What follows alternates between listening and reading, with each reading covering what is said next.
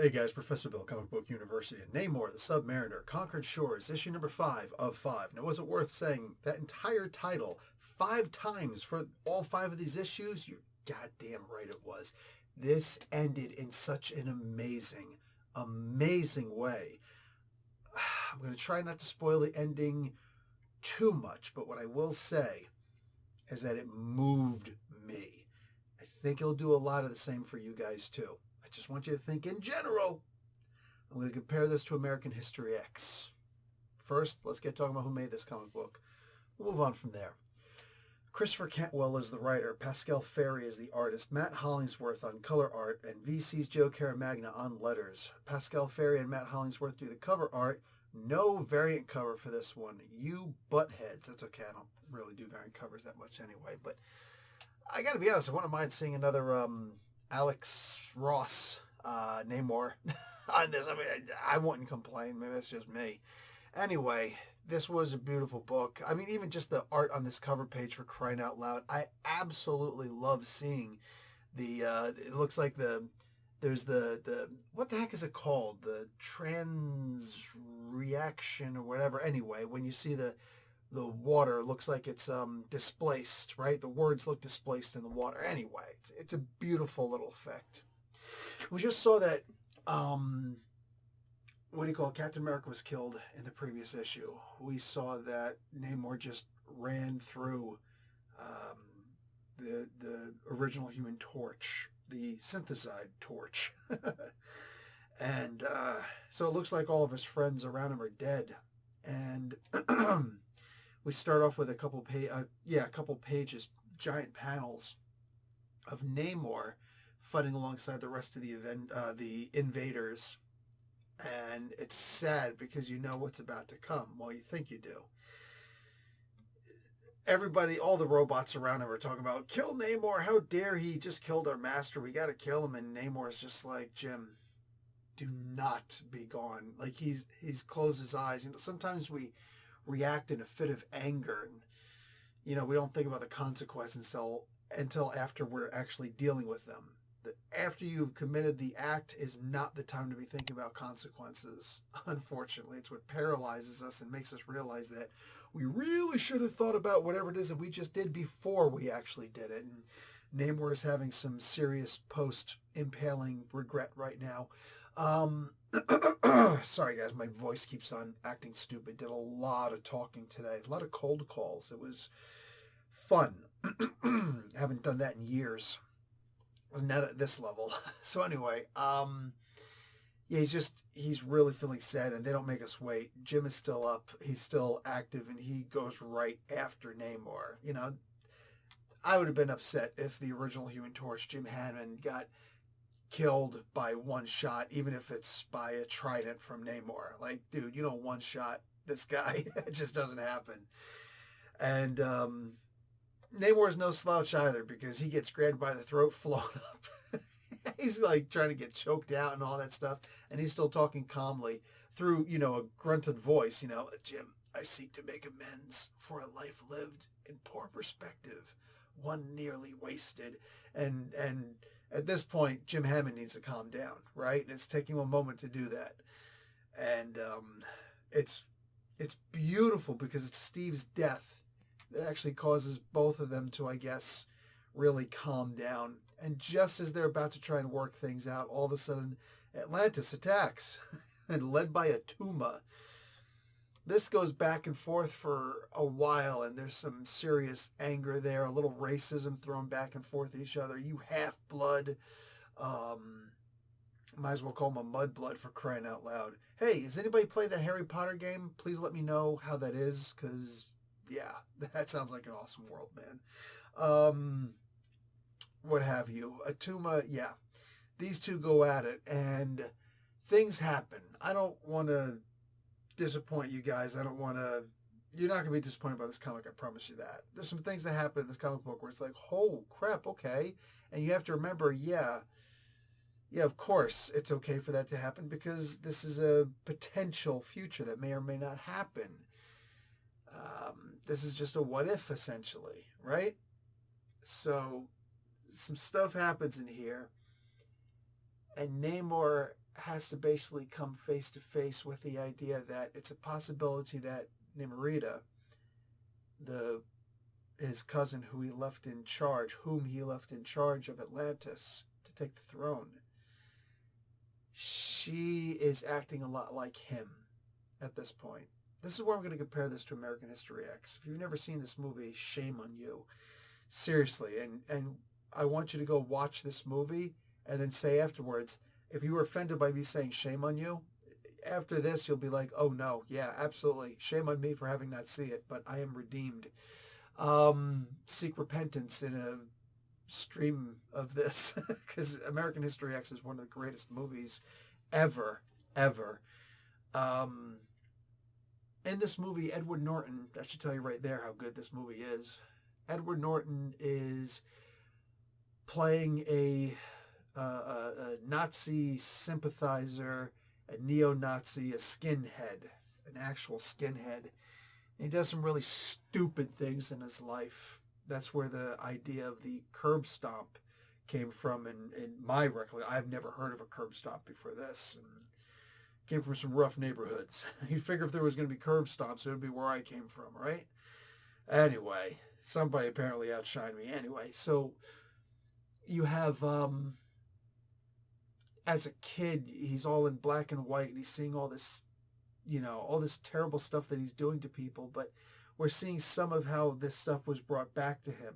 We're seeing how it made him the man he is today, who is not racist, and he's trying to do well by his family. He's realizing that by him being this racist and advocating for violence for others, he's only really caused bad things to happen to his family, right? To him and to his family. His racism not only didn't help him in any way, shape, or form, it actually hurt him. It's a beautiful, sad effing story, how it happens, and how all the people around him either die or go into poverty and some wretched, sickly state, and just nothing good came from what he did. And as he's trying to become a better person, more and more bad things keep on happening around him. And he thinks that he can take it, but he doesn't realize that he can't. And he just winds up losing too much. Maybe. That he's realizing how his racism has caused all this pain and misery in others, in his family and his friends, and some of them are simply irredeemable. And the ones who are redeemable are also quite mortal. I don't want to say anything more about the movie, man, but I feel like all of Namor's stories up until now have been told in black and white, like the past and this issue. These issues in this storyline, Unconquered Shores, I feel like this is the color present that's coming at us right now. It barely feels like the future, because I want to see the future of this story. I really do. It's funny to me how close this seems, and usually whenever I say, oh, this represents this so much, or this is represented by this so much, it pays homage to this so much, and they're usually like, oh, I didn't have that in mind, but yeah, I can see how that's the case. I don't know, maybe sometimes they're telling the truth, maybe sometimes they're not, but I'm talking about the writers, right? But this story just really feels so reflected in American History X. Here's Namor. He's fought Atuma. He's fought Krang. He's fought Doctor Doom. He's fought the Human Torch and Captain America, and like some became further foes, some became friends, and some you don't really know. Namor is I wouldn't say the most powerful, but he is easily one of the top. He's easily in the top 10. I'd like to say he's in the top 5. He might be in the top 6 or 7, though, right? Of the most powerful earthbound, whatever, heroes out there. Like, seriously, it's like Thor, Hulk, right?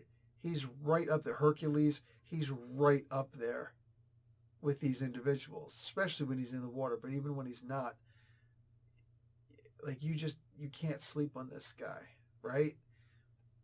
When it comes to being in the water, like, he's stronger than Ben Grimm, the Thing. I mean, that's crazy. And all the things he could do. He's a seal, basically. Land, sea, and air. Because he flies, he moves around on air, on the land, he goes underwater, he's it's crazy, all the things that Namor's capable of doing.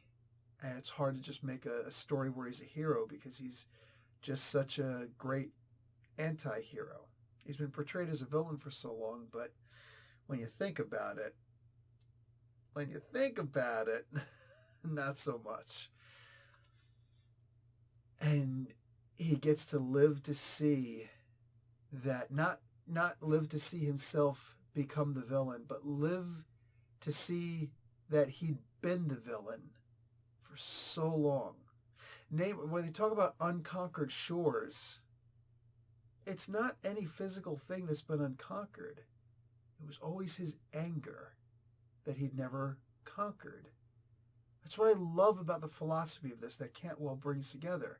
Because you realize Namor has always been about conquering the sea and conquering the land and conquering anybody who comes around him. I'm going to kick this person's butt and that person's butt. And usually he has.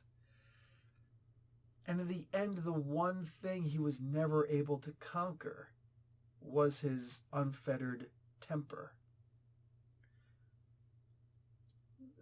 The Buddha, Siddhartha Gautama, he says, anger is like a hot coal that an enemy, or that an angry man picks up with the intent to throw it at his enemy.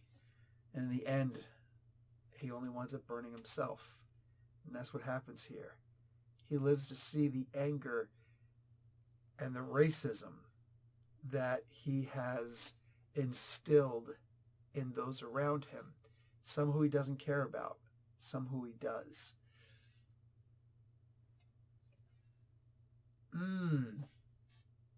When Cantwell tells these stories, man, kills it. Absolutely kills it. I loved this story. Guys, I think you're going to love this too. Go ahead and check this out. If you're waiting for this to come out in trade, put in your pre-order right now.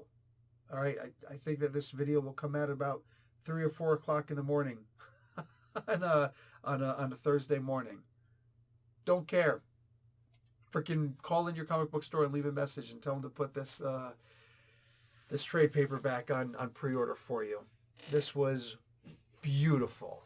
And it's one of those things where I don't know if you're going to appreciate it as much if you're not a Namor fan, if you haven't really gotten into him, if you only know him as, he's the villain once in a while here and there. But this is one of those things where I could say that if someone asked me, what is Namor in a nutshell, I would want to show them this. But this is him finally becoming like Zenny, right? This was a great story, and I cannot emphasize that enough. Guys, make sure you check this one out, and I'll talk to y'all later. Like the video and watch an ad. Professor Bell, Comic Book University. Class dismissed.